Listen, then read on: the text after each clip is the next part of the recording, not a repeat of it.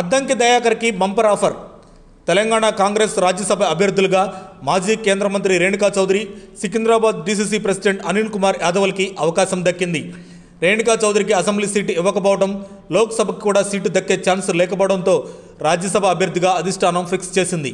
అయితే ఎవరూ ఊహించని విధంగా అనిల్ కుమార్ యాదవ్ ఏకంగా పెద్దల సభకు వెళ్లే లక్కీ ఛాన్స్ కొట్టేశాడు. తెలంగాణలో 3 రాజ్యసభ స్థానాలు ఖాళీ కానున్నాయి. ఈ 3 స్థానాల్లో ఎన్నికలు నిర్వహించేందుకు ఈసీ నోటిఫికేషన్ విడుదల చేసింది. ఈ నెల 27వ తేదీన ఎన్నికలు జరగనున్నాయి. ప్రస్తుతం ఉన్న ఎమ్మెల్యేల బలాబలాల ప్రకారం 2 స్థానాలు అధికార కాంగ్రెస్ పార్టీకి దక్కనుండగా మరొకటి ప్రతిపక్ష బీఆర్ఎస్ పార్టీకి దక్కనుంది. అయితే కాంగ్రెస్ అభ్యర్థుల ఎంపిక ఆసక్తి రేపింది. విహెచ్ జానా వంటి సీనియర్లకు ఛాన్స్ దక్కుతుంది అనుకున్నారు. అలాగే అద్దంకి దయాకర్కి ఛాన్స్ రావచ్చని అనుకున్నారు.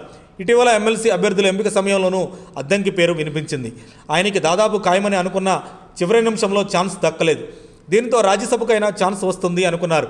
అది రాకపోవడంతో వరంగల్ ఎంపీ సీట్ ఫిక్స్ అయినట్లే అని కామెంట్స్ వినిపిస్తున్నాయి. లేకుంటే ఎన్నికల తర్వాత క్యాబినెట్లోకి తీసుకొని ఆ తర్వాత ఎమ్మెల్సీ ఇస్తారనే ప్రచారం సాగుతుంది. త్వరలో క్లారిటీ రానుంది.